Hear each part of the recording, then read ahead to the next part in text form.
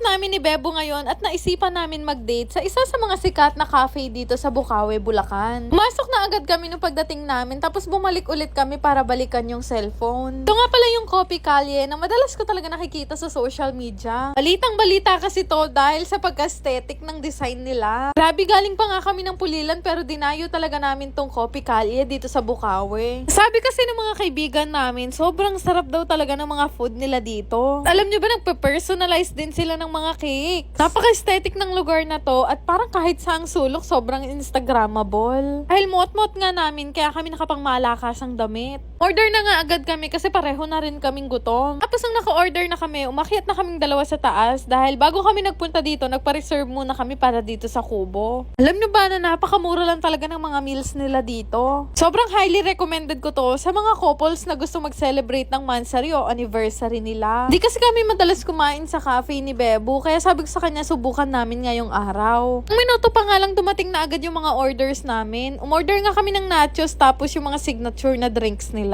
Meron din silang cheesy garlic fries at egg drop. Order din kami ng kulay black na burger at mga brownies. Pero syempre mawawala ba ang strawberry and blueberry cheesecake? Rice meal naman, liempo at teriyaki chicken yung in-order namin. Tapos nag-order din kami ng creamy carbonara. Ayan, orders complete na at hindi namin na-expect na ganito pala kadami yung na-orders namin. Ibali to the rescue naman tong kasama ko dahil malakas siyang kumain. Papangunahan ko na kayo, sobrang sarap ng nachos at fries nila dito. Mamaya nga, sinundan ko na agad to ng egg drop. Ito nga yung second time nakakain ako ng egg drop. Jai, nagulat talaga ako sa lasa ng egg drop nila. Napakasarap, solid. Ay, grabe, 1,000,000% na napakasarap nito, promise. Pinatikin ko nga rin kay Bebo pero kinuha ko agad kasi baka maubos niya. Tulad naman, itong creamy carbonara yung kinain ko. Hindi ko na kasi maresist, sobrang sarap niya talagang tingnan. Alam nyo ba, hindi talaga ako kumakain ng carbonara. Pero kung palaging ganito yung lasa ng carbonara nakakainin ko, naku Diyos ko po. Okay, maging favorite ko na rin to. Guys, totoo nga ang chismis. Lahat ng food nila dito sobrang sarap. Mga panahon nga na to, super nag-e-enjoy na talaga kami ni Bebo dahil napakasasarap talaga ng mga pagkain nila. Sabi ko nga sa kanya, wag siya mag-worry, mauubos namin yung mga food namin. Sure na sure ako na kapag nag-visit kayo dito, pareho lang din tayo ng masasabi, masarap talaga yung mga food nila. Tatawa na nga lang yung owner ng cafe sa amin kasi ang ingay naming dalawa dahil wala kami ibang binanggit kundi masarap. Isa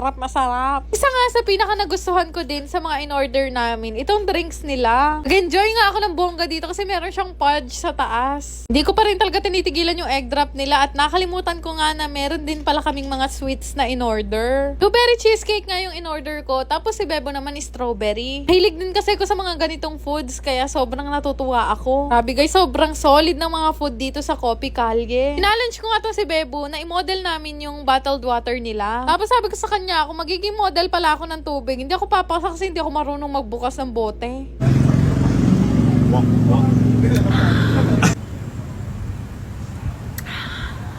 Pero ito talaga ang nagpainit ng ulo ko. Bakit naman kami nila sinerban ng sunog na hamburger? Dami naming nakainan. Ngayon lang talaga kami sinerban ng ganito. Grabe, nakakaloka. Pero alam nyo ba, nung tinikman ko yung hamburger na to, grabe, napakasarap pala niya. Tawa nga sa amin yung owner kasi ganito daw pala talaga yung kulay ng tinapay na to. Kala kasi talaga namin ni Bebo na sunog lang. Pauwi na nga kami at tinatawag na ako ni Bebo. Pero sabi ko sa kanya, tatapusin ko lang kainin yung egg drop ko. Ulit talaga ng egg drop nila dito, hindi ko makalimutan. Napakasarap talaga. Kaya ano palabas na ako dun sa may kubo, halos hindi na talaga ako magkasya dun sa dinaanan ko kanina sa dami kong nakain. Natawa na lang din talaga ako sa sarili ko. Pero syempre, bago kami umalis ni Bebo, palagi naman namin ginagawa na linisin dapat natin lahat ng mga pinagkainan natin. Ay, grabe, sobrang nag-enjoy talaga kami sa cafe na to. Kaya naman, itag nyo na lahat ng kadate nyo at mag-visit na rin kayo dito sa Coffee Calle, Bukawi, Bulacan. Ito guys, oh. Grabe, ayaw magpapigil sa pagkain. Hoy! Tara na! Ay, tigilan kakain!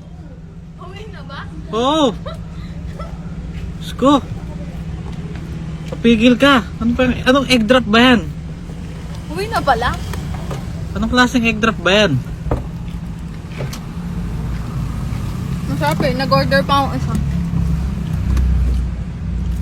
Sko!